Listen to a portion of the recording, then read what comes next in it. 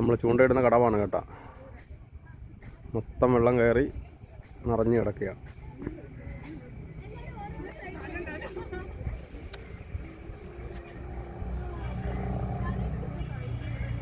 നമ്മൾ ആ റബ്ബറിൻ്റെ അവിടെ നിന്ന് താഴോട്ടാണ് നടന്നിറങ്ങി ഈ തൂണിൻ്റെ ചോട്ടി, താഴത്തെ തൂണിൻ്റെ ചോട്ടി വരും. തൂണിൻ്റെ ചോടൊക്കെ മുങ്ങിയിരിക്കുകയാണ് കേട്ടോ.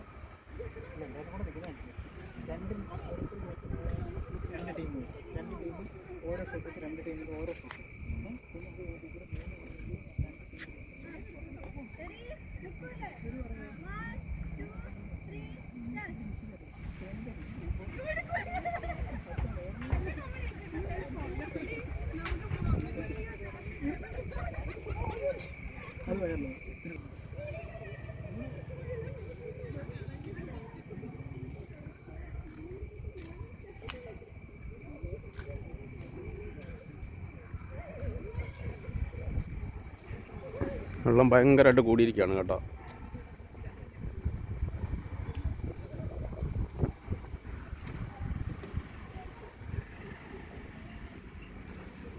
വെറുതെ ഒന്ന് വന്നോളൂ കേട്ടോ. ചൂണ്ടയിടാനൊന്നും വന്നതല്ല, വെറുതെ ഇവിടം വരെ ജസ്റ്റ് ഒന്ന് വന്ന് വെള്ളത്തിൻ്റെ ലെവലൊക്കെ എങ്ങനെ ഉണ്ടെന്ന് കണ്ട് തിരിച്ചു പോകാമെന്ന് വെച്ച് വന്നതാണ്.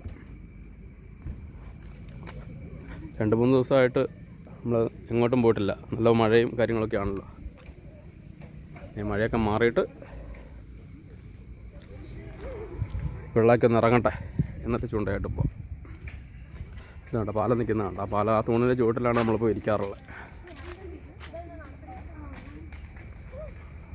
ആ തൂണിൻ്റെ ചുവട്ടിൽ ഇപ്പോൾ ഒരാൾക്ക് മണി വെള്ളമുണ്ട്.